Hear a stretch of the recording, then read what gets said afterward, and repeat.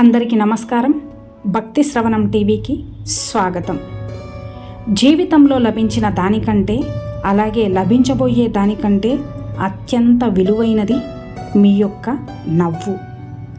అందుకే జీవితాన్ని ఎప్పుడూ కూడా నవ్వుతూ గడపండి. చింతించకండి.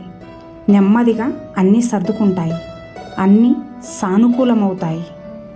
మీకు అర్థమయ్యేలా చెప్పాలి అంటే, ఒక తోటమాలి 100 కుండల నీళ్లు పోసినా ఏ ఋతువులో వచ్చే ఫలాలు ఆ ఋతువులోనే వస్తాయి.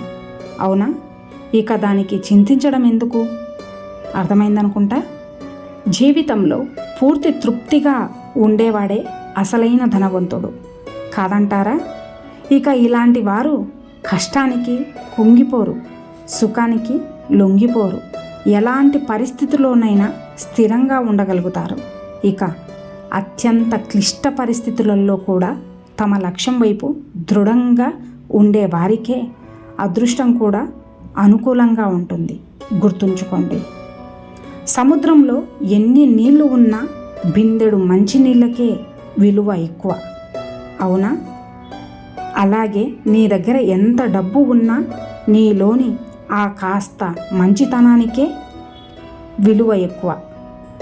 ఎప్పుడైనా మనం చేసే మంచి పనుల మూలంగా దుఃఖం లభించి, ఇంకొకరికి వారు చేసిన చెడు పనుల మూలంగా సుఖం లభిస్తే మనసుకి తప్పకుండా అనిపించవచ్చు, ఇక ఇలా సత్కార్యాలే చేయడం వల్ల, ధర్మాన్ని అనుసరించడం వల్ల కలిగే ప్రయోజనం ఏమిటి అని. అవునా? కానీ దుష్టాత్ములకి ఏం లభిస్తుందో మీరు ఎప్పుడైనా గమనించారా? దుష్ట కార్యాలను తలపెట్టే వారి హృదయం ఎప్పుడూ అల్లకల్లోలంగా, చిరాకుగా ఉంటుంది. ఆ మనసులో అనుక్షణం కొత్త సంఘర్షణలు ఉద్భవిస్తూ ఉంటాయి. ఇక అపనమ్మకం వారిని జీవితాంతం వెంటాడుతూనే ఉంటుంది. ఇదేనా సుఖం అంటే? అయితే ధర్మ మార్గాన నడిచేవారు, సత్కార్యాలనే చేసేవారు, సత్శీలులైన వ్యక్తుల మనసులు సర్వదా ప్రశాంతంగా ఉంటాయి. వారి స్థితులు ఏవి కూడా వారి యొక్క జీవన గమనంలో బాధాకరంగా ఉండవు. సమాజంలో గౌరవ మర్యాదలు మనసుకి సంతోషంగా ఉంటుంది. అంటే సత్ప్రవర్తన అన్నది భవిష్యత్తులో లభించే సుఖాలకు మార్గం కాదు, సుఖానికి నిర్వచనమే. సత్ప్రవర్తన, అదేవిధంగా దుష్ప్రవర్తన అన్నది భవిష్యత్తులో ఎదురయ్యే దుఃఖాలకి కారణం కాదు. అధర్మం చేసిన క్షణమే అది దుఃఖాలను ఉత్పన్నం చేస్తుంది. ధర్మాన్ని ఆచరిస్తే సుఖం రాదు. ధర్మానికి మరొక పేరే సుఖం. అర్థమైందనుకుంటా.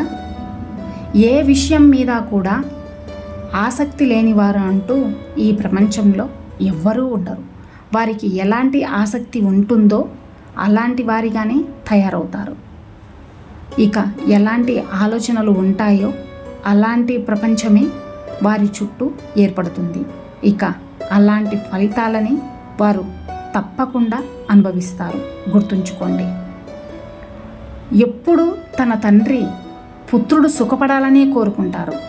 వారి భవిష్యత్తు గురించి నిరంతరం చింతిస్తూ ఉంటాడు. ఈ కారణం వలనే బహుశా తన సంతానం యొక్క భవిష్యత్తుకు మార్గాన్ని స్వయంగా తనే నిశ్చయం చేస్తూ ఉంటాడు. తండ్రి తాను ఏ మార్గాన నడిచాడో, ఏ మార్గంలోని సంకట పరిస్థితులను స్వయంగా చూశాడో, ఏ మార్గంలోని వెలుగు నీడలని స్వయంగా చూసి తెలుసుకున్నాడో, ఇక అదే మార్గంలో తన పుత్రుణ్ణి కూడా నడవమంటాడు. ఈ కోరికే ఉంటుంది ప్రతి తండ్రికి. నిస్సందేహంగా ఉత్తమ భావనే ఇది. అయితే ఈ ప్రశ్నల గురించి కూడా కొంచెం ఆలోచించడం మనం మర్చిపోతూ ఉంటాం. ఏమిటా ప్రశ్నలు? మొదటి ప్రశ్న, కాలంతో పాటు ప్రతి మార్గంలోనూ మార్పులు రావంటారా?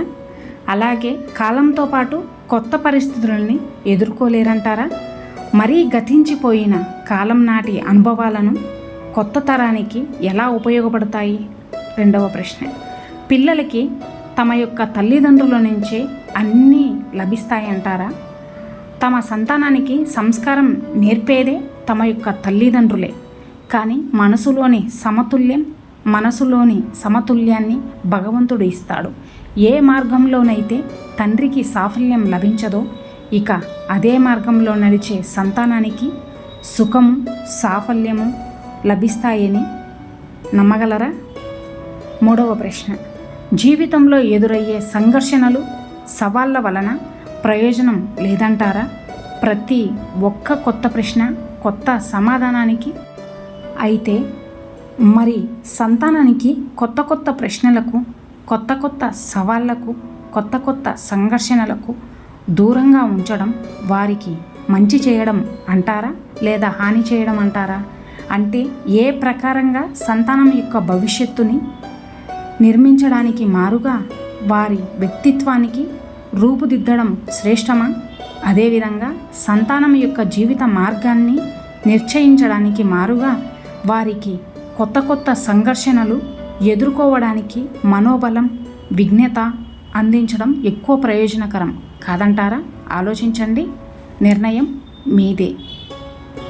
ఒక స్త్రీ కానీ, పుస్తకం కానీ, డబ్బు కానీ పరాయి వాళ్ళు చేతుల్లోకి వెళ్తే మళ్ళీ తిరిగి రావు. ఒకవేళ వచ్చినా కూడా స్త్రీ చెడిపోయి వస్తుంది, పుస్తకం చెరిగిపోయి వస్తుంది, ఇక డబ్బు విడతలుగా వస్తుంది. కాబట్టి జాగ్రత్తగా ఉండండి. ఎవరైనా వారు చేసిన అపరాధానికి దండన లభిస్తే అటువంటప్పుడు అది అన్యాయమని ఆ వ్యక్తి మనసు రోధిస్తుంది. తను ఆ అపరాధం చేసినప్పుడు తన ఆలోచనలు భిన్నంగా ఉండేవని తన యొక్క మనసుకు అనిపించవచ్చు. ఇక అపరాధం జరిగాక ఆ వ్యక్తి దానికి పశ్చాత్తాపం చెందాడు, తన ఆలోచనల్లో పరివర్తన వచ్చింది. మరి ఆ వ్యక్తికి దండన ఎందుకు లభించింది?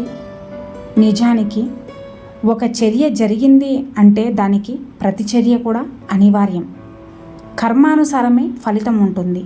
ఇంకొకరికి ప్రేమ పంచితే సుఖం ప్రాప్తిస్తుంది, ఇంకొకరిని హత్య చేస్తే మృత్యుదండనే లభిస్తుంది. చేసిన కార్యాన్ని బట్టే న్యాయం కూడా ఉంటుంది.